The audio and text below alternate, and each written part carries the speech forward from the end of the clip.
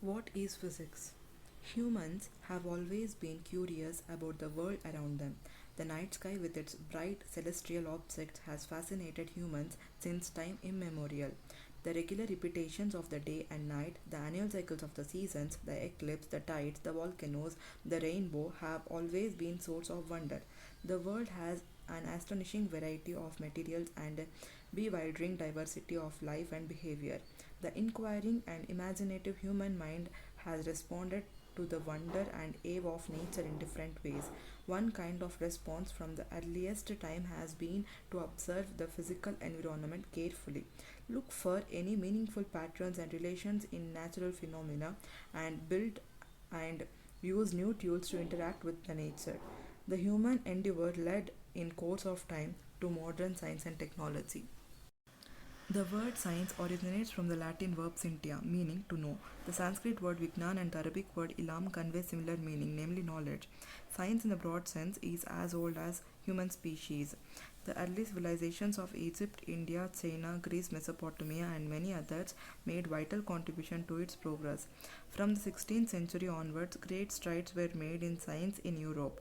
By the middle of the 20th century, science has become truly international enterprise with many cultures and countries contributing to its rapid growth. What is science and what is the so-called scientific method? Science is a systematic attempt to understand natural phenomena in as much detail and depth as possible and use the knowledge so gained to predict, modify and control phenomena. Science is exploring, experimenting and predicting from what we see around us. The curiosity to learn about the world, unraveling the secrets of the nature is the first step towards discovery of science. The scientific method involves several interconnected steps: systematic observations, controlled experiments, qualitative and quantitative reasoning, mathematical modeling, prediction and verification or falsification of theories. Speculation and conjecture also have a place in science, but ultimately, a scientific theory to be acceptable must be verified by relevant observations or experiments. There is much philosophical debate about the nature and method of science that we need not discuss. The interplay of theory and observation or experiment is basic to the progress of science. Science is ever dynamic. There is no final theory in science and no unquestioned authority among scientists. As observations improve in detail and precision or experiments yield new results, theorists must account for them, if necessary, by introducing modifications. Sometimes the modifications may not be drastic and may lie within the framework of existing theory. For example, when Johannes Kepler 1571 to 1630 examined the extensive data on planetary motion collected by Tycho Brahe 1546 to 1601, the planetary circular orbit in heliocentric theory, Sun at the center of the solar system, imagined by Nicolaus Copernicus 1473 to 1543, had to be replaced by elliptical orbits to fit the data better. Occasionally, however, the existing theory is simply unable to explain new observations. This causes a major upheaval in science. In the beginning of the 20th century, it was realized that Newtonian mechanics, still then a very successful theory, could not explain some of the most basic features of atomic phenomena. Similarly, the then accepted wave picture of light failed to explain the photoelectric effect properly. This led to the development of radically new theory, that is quantum mechanics, to deal with atomic and molecular phenomena. Just as a new experiment may suggest an alternative theoretical model, a theoretical advance may suggest what to look for in some experiments. The result of experiment of scattering of alpha particle by gold foil in 1911 by Ernst Rutherford 1871 to 1937 established a nuclear model of an atom, which then became the basis of quantum theory of hydrogen atom given in 1913 by Niels Bohr 1885 to 1962.